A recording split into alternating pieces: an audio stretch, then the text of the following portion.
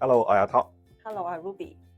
咁今日我哋就會講下點樣用呢個貓卷餅包裹法嚟捉一隻貓貓。Hello，人們啦，成日都會問我哋點樣可以restrain 到隻貓貓，佢會 behave 啲啊，可以幫佢餵到藥會方便啲啊。咁今日我哋就示範一下 how to restrain 啦。其實好簡單嘅啫。首先我哋要準備一個大嘅毛巾啦，就咁樣攤平鋪喺張台度，係啦。咁跟住貓貓咧就咁樣坐喺毛巾嘅中間。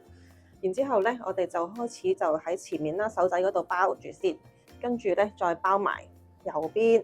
咁我哋要用少少力度嘅，咁跟住再包住左邊，係啦。咁你見到咧，佢係啱啱會包住佢條頸啦，啲手仔喺入面，但係又唔會太緊咁樣箍住佢嘅。咁同埋包埋個尾咧，咁通常咁樣貓貓就冇得掗啦，冇得走啦，同埋冇得找你嘅，咁就得翻個頭。咁呢個時候我哋就可以咧試下同佢餵藥㗎啦。餵藥一般嚟講啦，我哋都係會locate喺上顎兩隻犬齒後邊啦，我哋會打開個嘴仔，然之後對入少少，咁好快見到3秒都唔使，我哋就已經餵到藥啦。冇錯啦。咁有時如果主人得自己一個人嘅，我哋都可以咧就咁樣喺後面咧就擘大佢個口就同佢餵。咁因為我哋已經包住咗佢咧，咁貓貓通常就唔會搲到我哋噶啦。